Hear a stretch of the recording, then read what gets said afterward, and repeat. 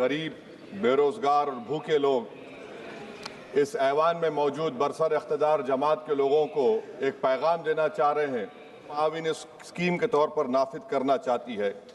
Sir, जब तक किसी पंचायत को नोटिफाई नहीं किया जाएगा, उस पंचायत में काम नहीं। जीवन गारंटी को आप रियासत को बोलेंगे नॉर्मेटिव एलोकेशन कर दिया जाएगा, और अगर कोई रियासत नहीं मिलेगा, इस ब्लैकआउट के 60 दिन के ब्लैकआउट से खवातीन को और जिनके पास जमीन नहीं है, लैंडलेस लोगों को मरकजी हुकूमत को बर्दाश्त करना पड़ता था। आज 90 से 60% कर दिया गया और 40% रियासती हुकूमत पर ये बजट बनाएगी। कौन सी रियासत के पास पैसा है?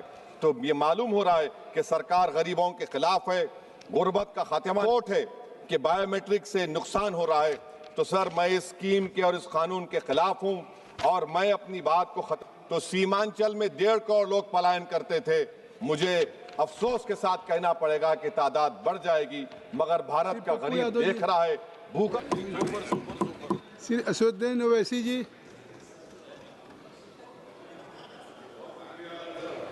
मोहतरम चेयरमैन साहब, जय भीम। सर, यहाँ नहीं रहा है। जय जोहार। सर, बहुत शुक्रिया सर, आपने मुझे एक अहम बिल पर बोलने का मौका दिया। सर, इस वतन अजीज़ के गरीब, बेरोज़गार और भूखे लोग इस ऐवान में मौजूद बरसर इख्तिदार जमात के लोगों को एक पैगाम देना चाह रहे हैं कि शायर ने कहा कि भूखों की नज़र में बिजली है, तोपों के दहाने ठंडे हैं, तकदीर की लब पे जंबिश है, तदबीर दम तोड़ रही है। सर, इस तरह का एक कानून बनाने की कोशिश की जा रही है जिससे गरीबों को फ़ायदा होता था।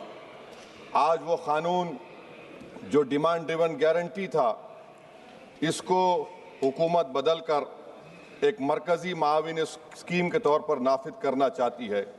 सर, जब तक किसी पंचायत को नोटिफाई नहीं किया जाएगा, उस पंचायत में काम नहीं होगा।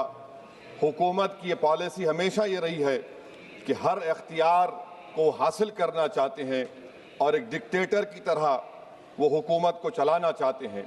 सर, आप बताइए, मरकज़ी हुकूमत ये कैसे फैसला करेगी कि एक डिमांड ड्रिवन गारंटी को आप रियासत को बोलेंगे नॉर्मेटिव एलोकेशन कर दिया जाएगा, और अगर कोई रियासत उससे ज़्यादा अखराजात करती है तो फिर उनको उसका बोझ उठाना पड़ेगा।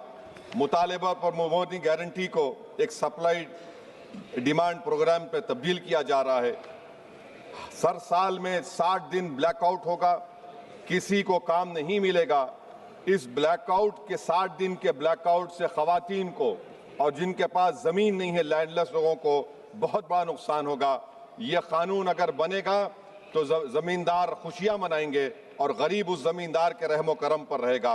सर, आप बताइए, 90% जिसमें इजरत, मटीरियल लागत और इंतज़ामी अखराजात मरकज़ी हुकूमत को बर्दाश्त करना पड़ता था, आज 90 से 60% कर दिया गया और 40% रियासती हुकूमत पर यह बोझ डाल दिया गया।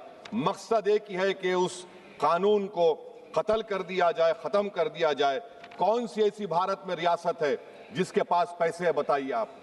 मार्च के महीने में हर रियासत अपना बजट बनाएगी। कौन सी रियासत के पास पैसा है? तो ये मालूम हो रहा है कि सरकार गरीबों के खिलाफ है, गुर्बत का खात्मा नहीं करना चाहती। सर, आधार और डिजिटल निज़ाम, आप जानते हैं कि मजदूर की उंगलियों के निशानात नहीं मिलते, क्योंकि वो गरीब इतनी मेहनत करता है कि उसके निशान मिट जाते हैं। तो बायोमेट्रिक ऑथेंटिकेशन की बात होती है। सर, जुलाई 2025 में NSS की रिपोर्ट है कि बायोमेट्रिक से नुकसान हो रहा है। तो सर, मैं इस स्कीम के और इस कानून के खिलाफ हूं और मैं अपनी बात को ख़त्म करता हूं कि किसी शायर ने अच्छा कहा था कि जिस खेत से देखान को मैसर ना हो रोसी, इस खेत के गोशे गंदम को जला दो। पलायन हो रहा है सर बिहार में, सीमांचल में। अब ये कानून अगर बनेगा तो सीमांचल में 1.5 करोड़ लोग पलायन करते थे। मुझे अफसोस के साथ कहना पड़ेगा कि तादाद बढ़ जाएगी, मगर भारत का गरीब देख रहा है, भूखा देख रहा है, उसका जवाब जरूर देगा। Thank you sir.